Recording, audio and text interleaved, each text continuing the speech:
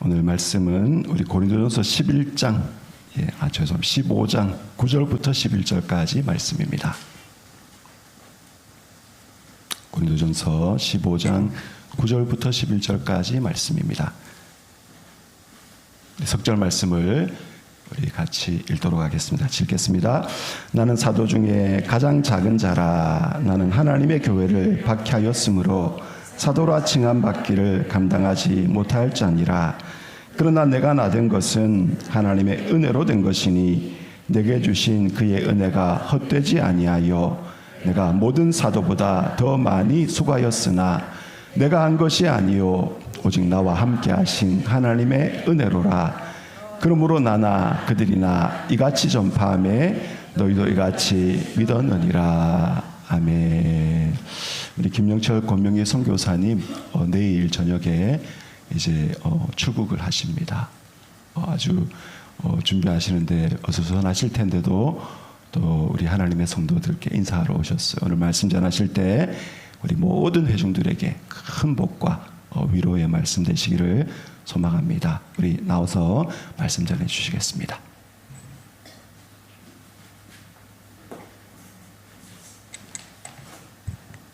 할렐루야.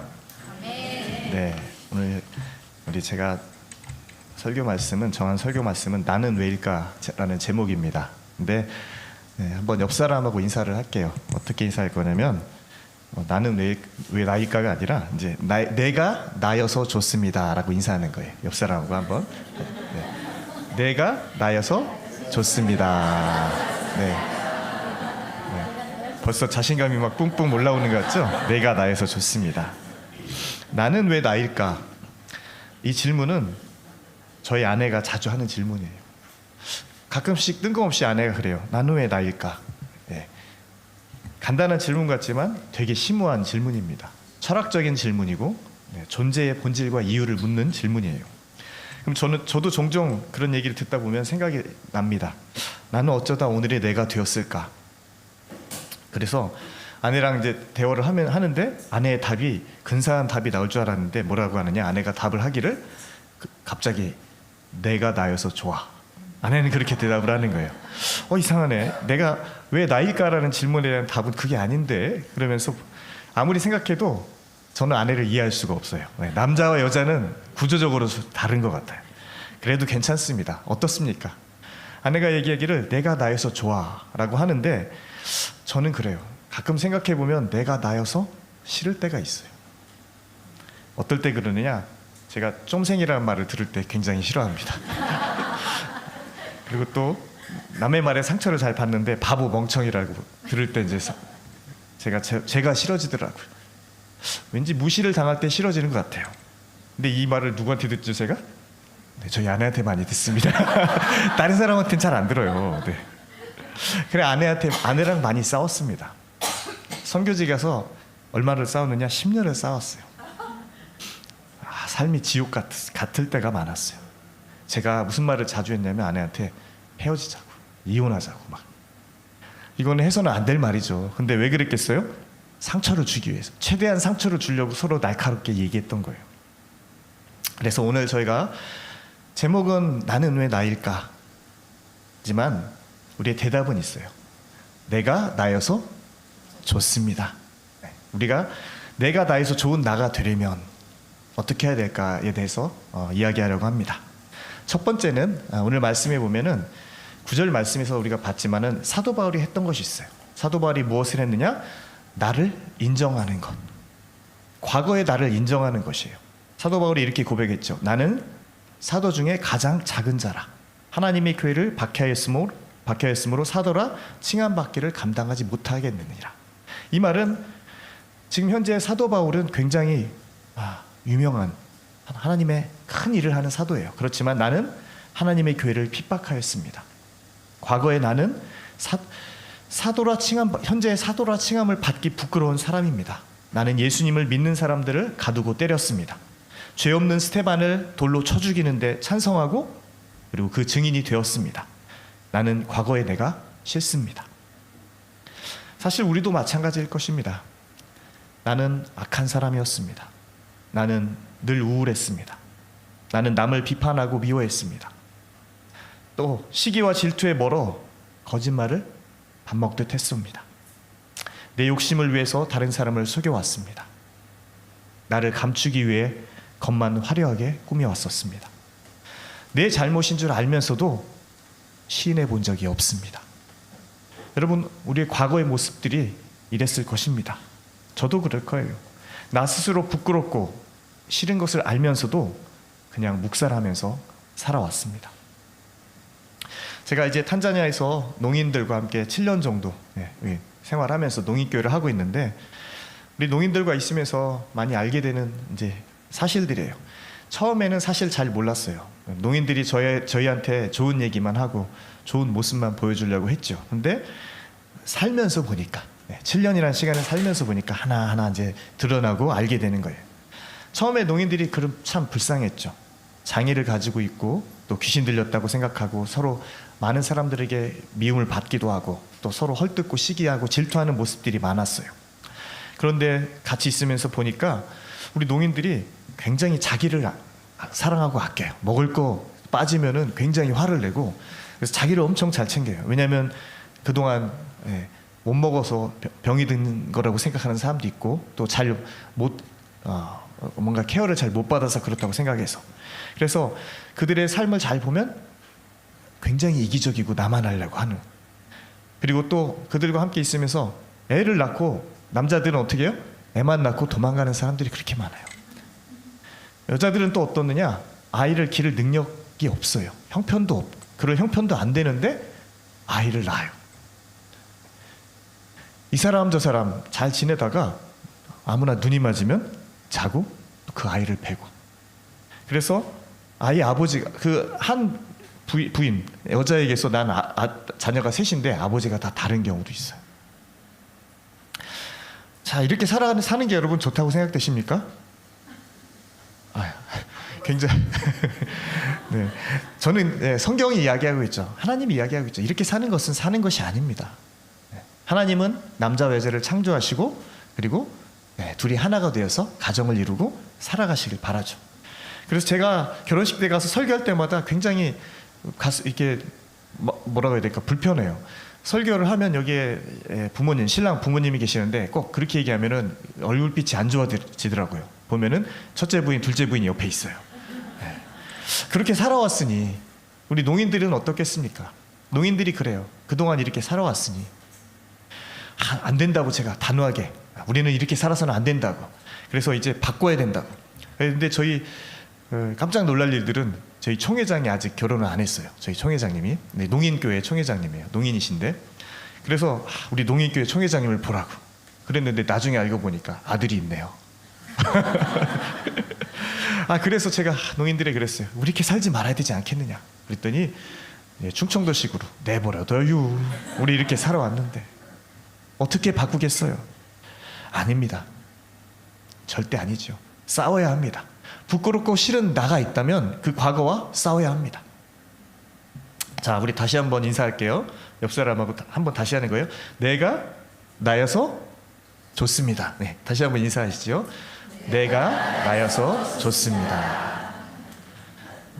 네, 정말 그렇게 인사했다면 그렇게 살아야 됩니다. 싫은 내가 아니라 좋은 나, 좋은 나가 되길 원하시잖아요. 그럼 어떻게 해야 되겠습니까? 바뀌어야 합니다. 첫 번째, 좀 전에 얘기했듯이 먼저 나를 인정해야 합니다. 나를 만약 인정하게 된다면, 나의 부족함과 싫은 나를 인정하게 된다면 회개할 수밖에 없습니다. 그렇게 살아가는 것은 못 견딥니다. 정말 회개한다면 여러분 어떻게 될까요? 바뀌게 됩니다. 사람들이 그래요. 아무리 해도 잘 안 바뀐다고. 사람은 바꿔 쓰는 게 아니라고 누가 그러더라고요. 죽을 때까지 내버려 두라고 그러더라고요. 저희 아버지도. 그런데 바뀌지 못할 것이 없습니다. 그것은, 안 바뀐다는 것은 아직 거듭나지 못한 것입니다. 예수님을 인격적으로 만나지 못한 거예요. 하나님 아버지를 잘 알지 못한다는 거예요. 머리로만, 지식으로만 알지 가슴속에서 깊이 받아들이지 못하기 때문입니다. 10절 말씀에 사도 바울이 이렇게 이야기하죠. 내가 나 된 것은 하나님의 은혜로 된 것이니 내게 주신 그 은혜가 헛되지 아니하여 내가 모든 사도보다 더 많이 수고하였으나 내가 한 것이 아니요 오직 나와 함께 하신 하나님의 은혜로라. 할렐루야. 사도 바울이 어떤 사람이었습니까? 아까 얘기했지요. 예수님을 핍박하고 무시하고 예수 믿는다고 사람들을 잡아 죽이던 사람이에요. 근데 그가 그냥 단순하게 어떤 사람이었느냐, 그의 과거를 보면, 그의 신분을 보면 사도 바울은 로마의 시민으로 태어났습니다. 요새 말하면 뭐냐면 금수저예요. 금수저. 금수저보다 더 높은 수저가 있죠. 다이아 수저인지 어쨌든 최고로 그 당시 로마 시민권은 돈을 주고도 살 수 없는, 그리고 가말리엘 문화에서 바리새인 교육을 받은 엘리트 중에 엘리트입니다. 그런 그가 어떻게 행동했어요? 예수님을 무시하고 핍박하고 예수 믿는다고 사람들을 때리고 죽이는. 그런데 그가 다메섹으로 그날도 예수 믿는 사람들을 잡아 죽이기 위해서 가는 길에 누구를 만났어요? 예수님을 만났어요. 그가 그렇게도 미워하던 예수님, 본 적도 없었지만 그 예수님을 만나고 나서 그의 삶이 어떻게 되느냐? 180도 바뀐 삶이 됩니다. 자기를 부인하고 예수님을 자신의 주로 인정하게 됩니다. 그가 열심히, 여러분 우리가 얘기하기를 사도 바울은 열심히 노력했기 때문에 사도가 된 것 같죠? 아닙니다. 그가 예수님을 만난 이후에 그의 목적, 그가 존재하는 이유를, 그가 가진 본질이 바뀌었기 때문에 그가 누구보다도 열심히 복음을 전하는 사도가 된 것입니다. 여러분 오늘 내가 나 된 것은, 어떤 분은 그럴지 몰라요. 내가 똑똑하고 잘나서. 아닙니다. 뭐라고요? 전적인 하나님의 은혜입니다. 사도 바울조차도 그렇게 이야기해요. 내가 나 된 것은 하나님의 은혜입니다. 여러분 나는 왜 나일까? 거기에 대한 답이 바로 여기에 있습니다. 나는 왜 나일까? 내가 존재하는 이유, 목적, 그것을 모른 채 방황하는 사람들이 아직도 많습니다. 나이가 40이 되면 뭐라고 하죠? 지천명이라고 하죠. 하늘의 뜻을 안다고 하는데 아직 몰라서 방황하는 사람들이 많습니다. 어떻게 할 때 우리가 우리의 존재 알 수 있을까? 그것은 바로 지음받은 사람이 우리를 만드신 창조주를 만날 때 그 존재의 목적과 이유를 알게 됩니다. 진리이신 예수님을 만나 거듭나야만 시공간을 초월하는 이 우주와 역사 속에서 나를 발견할 수 있습니다. 나에 대한 질문에 대한 답을 얻을 수 있을 것입니다. 사도 바울은 예수님을 만난 이후에 그가 이전에 배웠던 그 모든 것들을 배설물처럼 여기고, 그리고 오직 앞에 있는 표대를 향해 나아가면서 그가 달려갈 길을 가는데 생명조차 귀하게 여기지 않는 사람으로 변화하게 됩니다. 여러분 제가 이제 농인사역을 우리가 계속 하고 있는데 탄자니아 가면은 여러 가지 또 사역을 하려고 생각 중이에요. 우리가 또 신학생을 모집하고 신학교육을 하고 또 직업교육도 가르쳐서 직업도 얻게 하고 또 우리 건축을 하고 여러 가지 변화를 이제 준비하겠죠. 삶의 질을 또 높이는 일이 필요하기 때문에 여러 가지 사업과 사역을 하겠지만, 그러나 그것으로 인해서 사람들이 변화하는 것은 아닙니다. 사람들이 변화하는 그 핵심은 어디에 있는 줄 아십니까? 좀 전에 얘기했죠? 예수님을 만나는 것입니다. 예수님을 인격적으로 만나고 정말 주로 인정하는 삶으로 될 때, 그때 우리의 인생이 바뀌게 되는 것입니다. 쉽지 않죠. 평생 선교 사역을 한 사람도 쉽지 않다고 이야기합니다. 그러나 변하지 않는다고 실망하지 말고 변화하려고 몸부림치는 것이 우리의 삶이 되어야 할 것입니다. 내가 나여서 좋은 사람들은 긍정적인 변화를 기대하는 사람들입니다. 그리고 긍정적인 마음을 가지고 여유를 가지고 같은 사건을 겪지만 삶에서 받아들이는 것이 다른 태도를 가지고 있습니다.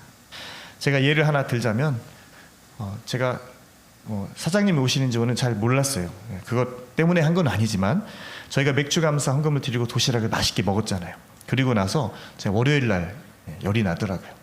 설사가 시작됐어요. 그래서 제가 생각하기에 냉방병이 이거보다 그 전날 제가 작업한다고 에어컨 틀어놓고 밤 늦게까지 있었거든요. 그래서 시름시름 아프길래 아유 좀 이따 낫겠지 그랬는데 이제 집사님한테 전화가 왔어요. 그래서 괜찮으시냐고 좀 몸이 이상하다고 그랬더니 설명을 해주시더라고요. 지금 이런 상황이 돼서 많은 사람들이 아픕니다. 그러면서 제가 그때 알게 됐죠. 내가 식중독에 걸렸구나.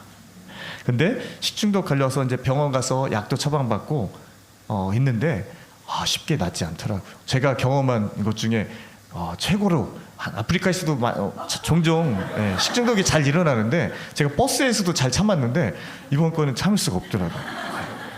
그래가지고 처음에는 제가 일정들이 있었어요. 서울에 가서 사람들도 만나야 되고 맛있는 거 먹기로 했는데 먹을 시간도 부족한데 제가 이틀 금식하고 그리고 못 먹었죠.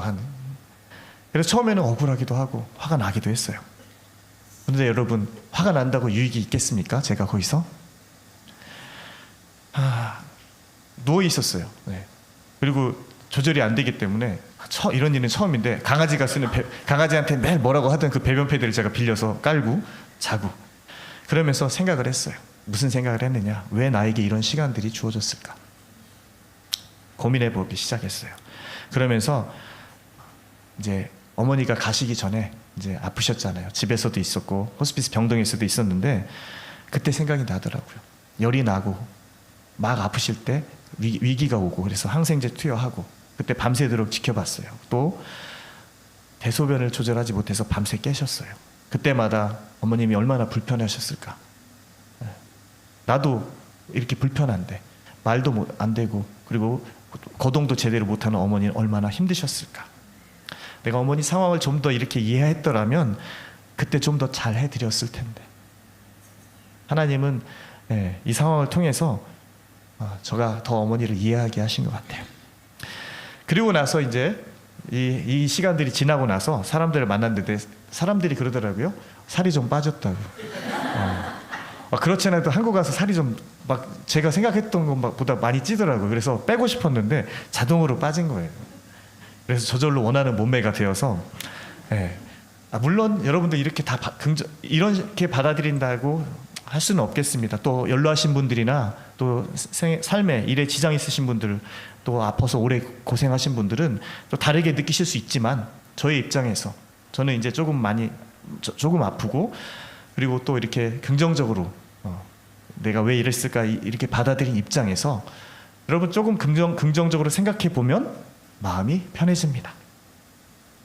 누구를 탓한다고 해서 내 마음이 편해지는 건 아니더라고요. 또 어떤 보상이 주어져야만 내가 그것을 뭔가 마음이 편해지고 그래지는 건 아닌 것 같아요. 그냥 우리의 삶에서는 내가 이해하지 못하는 순간들, 상황들이 많이 발생합니다. 그러니까 가족을 잃은 것도 원치 않는 것도. 어떤 분들은 그러잖아요. 왜 이렇게 빨리 가셨냐고. 좀 더 사실 수 있을 텐데. 저희 아버지는 아직도 10년은 더 사실 수 있을 텐데 하면서 밤마다 울적해 하세요.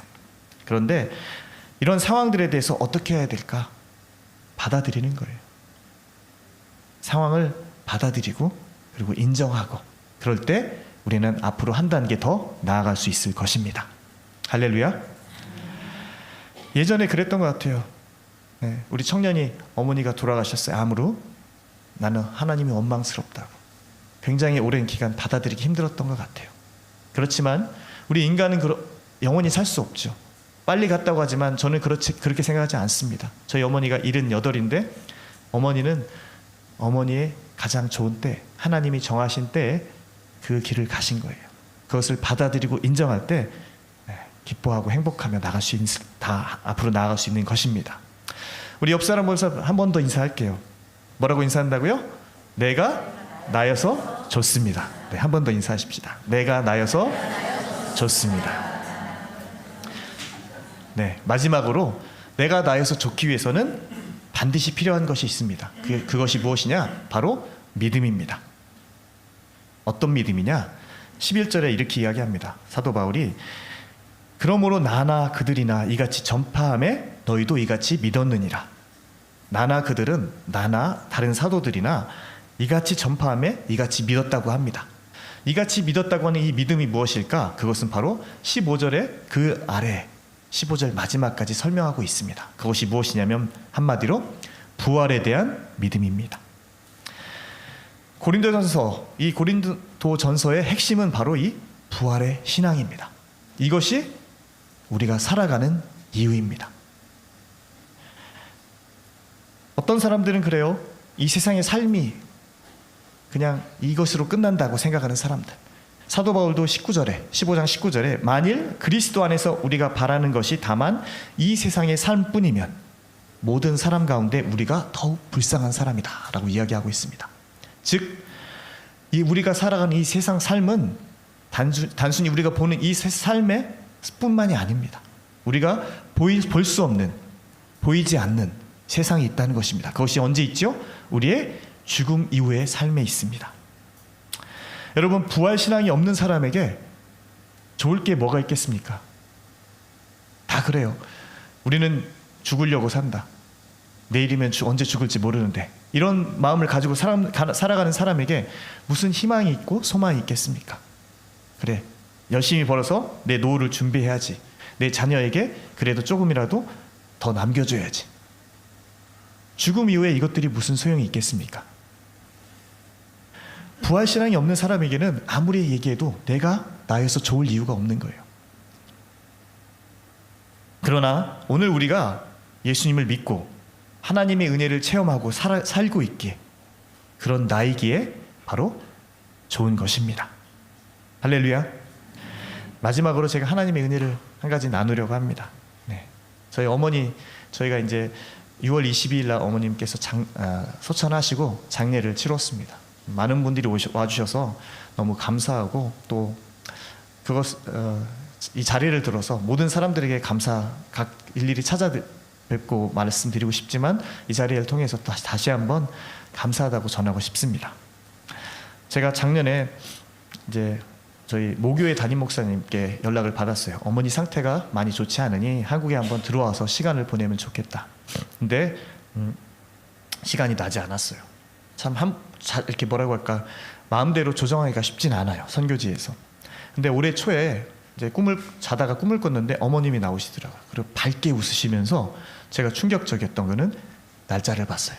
날짜가 너무 선명해서 잠에서 깨고 나서 너무 충격을 받았어요. 그래서 제가 적어놨어요. 7월 20일. 7월 20일이 무슨 날인지 모르겠지만 어머님이 활짝 웃으시는 거 보니까 아마도 7월 20일에는 내가 한국에 꼭 있어야 되겠다. 그래서 2월에 제가 나와서 8월 3일 날, 내일 들어가는 날짜로 이렇게 안식년을 잡고 나왔습니다. 6월 22일에 어머님이 소천하셨죠. 가족들과 함께 임종을 보고 장례를 치렀습니다. 선교사로서 어머니 임종을 지켜본 것은 정말 큰, 말할 수 없는 기적 같은 은혜입니다. 대부분의 선교사들은 부고 소식을 접하고 다음날 비행기 티켓을 찾아서 비행기를 타고 돌아오면 그 다음날 발인이 끝나거나 장례가 다 끝나 있습니다. 임종은커녕 장례도 보기 어렵습니다. 저는 어머님과 함께 간병도 하고 어머니 얘기도 하고, 돌아가시기 전에 천국 환송 예배와 또 바로 전날 밤에 같이 예배드리고, 또 임종을 지키고 장례까지 무사히 마쳤습니다. 그렇지만 저한테 풀리지 않는 숙제가 있었어요. 하나님이 7월 20일이라는 거 왜 보여주셨을까? 저 나름대로 7월 20일까지 엄마 추모 영상을 만들어 드려야 되겠다. 어머님이 저희 아버지 팔순 때 제가 팔순 영상을 만들어 뒀더니 너무 좋아하시는 거예요. 아버지가 여행을 많이 다니셨는데 젊어서도 여행을 하고 나이가 들어서도 여행을 했다 그랬더니 너무 좋아하시면서 나도 하나 만들어 달라고. 제가 그래서 80까지 사시라고 꼭 만들어 드리겠다고 했는데 80을 못 사셨어요. 그래서 제가 저 나름대로의 7월 20일은 어머니를 위해서 영상을 만드는 날짜로 잡아놨어요. 그런데 만들지 못했어요. 여러 가지 일들도 많고. 생각하면서 7월 20일이 내가 정한 그건 목표이지 하나님께서 나에게 말씀하시고자 하는 것은 무엇이었을까? 그래서 영상은 좀 천천히 만들고 그냥 삶을 살았어요. 7월 20일이 지났어요. 그리고 곰곰이 생각해 봤는데 7월 20일 날 무슨 일이 있었느냐? 제가 교수님을 만나서 함께 식사를 했어요. 맛있는 뷔페, 아주 비싼 뷔페에 가서 식사를 사주시더라고요. 그리고 나서 저녁 때는 장모님이 어디 이렇게 TV에서 봤는데 맛있는 맛집 있는데 거기를 예약을 할 수가 없는 거예요. 너무 뭐라고 해야 될까, 잘 나가는 집이라 예약을 하려면 이게 앱으로 해야 돼요. 그래서 제가 해드렸어요. 그래서 같이 가서 맛있는 식사를 했어요. 드시면서도 아주 만족해 하시고, 거기 있는 사람은 저희밖에, 나이 든 사람은 저희밖에 없더라고요. 앱을 쓸 줄 있는 사람이 별로 없어서 다 젊은이들만 있는, 그 미슐랭이라는 곳, 저도 처음 가봤는데 장모님 덕분에 맛있게 저녁을 먹었어요. 그리고 마지막 남은 짜투리 시간에 해가 내일 12시가 넘어가기 전에 제가 당근 거래로 제가 그렇게 갖고 싶어 하던 스피커를 사게 됐어요. 10만 원이나 더 싸게. 얼마나 기쁠까요? 자, 그러고 나서 제가 고민을 해봤는데, 어머니는 왜 7월 20일 날 나를 보면서 그렇게 방긋 웃으셨을까? 교수님을 만나서 맛있는 거 많이 먹었다고 그랬을까? 아니면 당근으로 내가 좋아하는 스피커를 샀다고 그러셨을까? 아닌 것 같은 거예요. 그런데 마음속에 걸리는 것, 제가 장모님과 식사를 하면서 그런 마음이 들더라고요. 어머니가 또 다른 어머니를 위해서 같이 식사를 하고 섬길 때 엄마가 그것을 보면서 기뻐하시지 않았을까? 우리 엄마가 천국 갔다고 끝난 게 아닙니다. 우리에게는, 우리 남겨진 사람들에게는 뭐가 있어요? 남겨진 삶이 있습니다. 그리고 남겨진 사람들이 있습니다. 예수님도 십자가의 길을 가실 때 마지막 십자가의 위에서 자신의 어머니를 바라보면서 이야기하죠. 사도 요한을 바라보면서, 보라, 너의 어머니다. 그리고 보십시오, 당신의 아들입니다. 그 이후로 그 둘은 어머니처럼 모시고 아들처럼 여깁니다. 예수님도 마지막에 떠나시지만 남겨진 사람들을 위해서 삶을 부탁하셨던 거예요. 우리에게 남겨진 사람들이 있고 이유를 알 수 없는 다른 사람들이 있습니다. 어머니 장례식 때 하루도 빠지지 않고 오시는 분이 계셨어요. 저는 알지 못하는 분이었어요. 그런데 매일 오셔서 그렇게 눈물을 흘리시더라고요. 저희 가족도 눈물을 안 흘렸는데 그분은 오셔서 매일 눈물을 흘리셨어요. 발인할 때도 오셔서 우셨고, 하관할 때 어머니의 관을 붙잡고 우시더라고요. 얼마 전에는 혼자 계신 아버지 집을 방문해가지고 뭘 사오셨어요. 그래서 아버지를 위로하셨어요. 그래서 그분이 누구일까 보니까 어머님이 생전에 구역 식구였는데, 구역의 배집사님 딸이라는 분인데 아픔을 겪었나 봐요. 너무 정신적으로 육체적으로 힘들으셨어요. 근데 어머님이 영적으로, 신앙적으로 케어를 해주시고 늘 함께 해주시고 그랬던 것 같아요. 그런데 어머니가 아프시면서는 이제 그 일을 하지 못하셨고, 그분들도 어머니가 아프신 이후에 잘 못하셔서 있다가 어머니 돌아가셨다는 소식을 듣고 장례 내내 오셔서 어머니를 바라보고 계셨던 거예요. 그 모습을 바라보면서 그래도 감사하게 되었어요. 어머니 돌아가셨지만 그 어머니로 인해서 우리 아버지를, 남겨진 사람들을 생각하는 사람들이 있구나. 이렇게 살아갈 수 있는 것은 왜일까? 그것은 바로 믿음을 가지고 있기 때문입니다. 우리가 부활의 신앙을 가지고 저 천국에서 다시 만날 것이기 때문입니다. 그래서 우리는 이 세상의 삶에 만족하는 것이 아니라 바로 다음 세상에 있을 것을 위해서 준비하며 살아가는 사람들입니다. 저는 부활과 천국 소망을 가지고 살아가는 우리이기 때문에 서로 위로하고 사랑하는 우리 공동체가 좋습니다. 저희는 이제 내일 탄자니아로 다시 돌아갑니다. 왜냐하면 우리의 삶의 이유가 그곳에 있기 때문입니다. 하나님이 우리에게 맡겨주신 사람, 남겨진 사람들, 우리 노인 공동체가 있기 때문에 저희는 다시 돌아갑니다. 여기 남아있는 여러분들은 부활의 신앙을 가지시고 서로를 돌보시면서, 그리고 우리가 멀리 떨어져 있지만 선교지에서 사역하고 있지만 저희를 위해서 계속해서 기도해 주시기를 부탁드립니다. 그리고 여러분들 서로 사랑하시길. 어머님이 영상을 편집하면서 마지막에 어머님이 이제 목에 암이 전이 돼서 목소리가 변하셨어요. 가냘프고 얇은 목소리로 이야기하시길. 사랑해. 앞으로도 많이 더욱더 사랑했으면 좋겠어. 기도하겠습니다. 살아계신 하나님 감사합니다. 6개월의 여정 동안 안식년으로 나와서 또 어머니를 마지막을 지키고 어머니와 대화하고 마지막까지 사랑을 주고 받았습니다. 감사합니다. 어머니를 임종을 지키고 장례를 하면서 어머니를 천국에 보내드리고 이제 우리는 또 탄자니아를 향해서 돌아가려고 합니다. 아쉬움도 남고 아직 미련도 남지만 그렇지만 저희에게는 앞으로 우리에게 앞에 남겨진 삶과 사람들이 있습니다. 천국을 소망하며 부활을 꿈꾸고 부활을 믿고 있기 때문에 오늘 우리가 살아가는 우리의 삶이 더 기쁘고 나은 삶이 되어지게 하여 주시옵소서. 과거와 이전의 것에 묶여있지 않게 하시고 앞으로 나아가면서 긍정적으로 그리고 좀 더 좋은 나가 되기 위해서 열심히 살아가는 우리 공동체가 되어지게 하여 주시옵소서. 서로 바라보고 위로하고 사랑하는 사랑의 공동체 우리 세임한교회가 되어지게 하여 주시옵소서. 예수 그리스도 이름으로 기도드립니다. 아멘.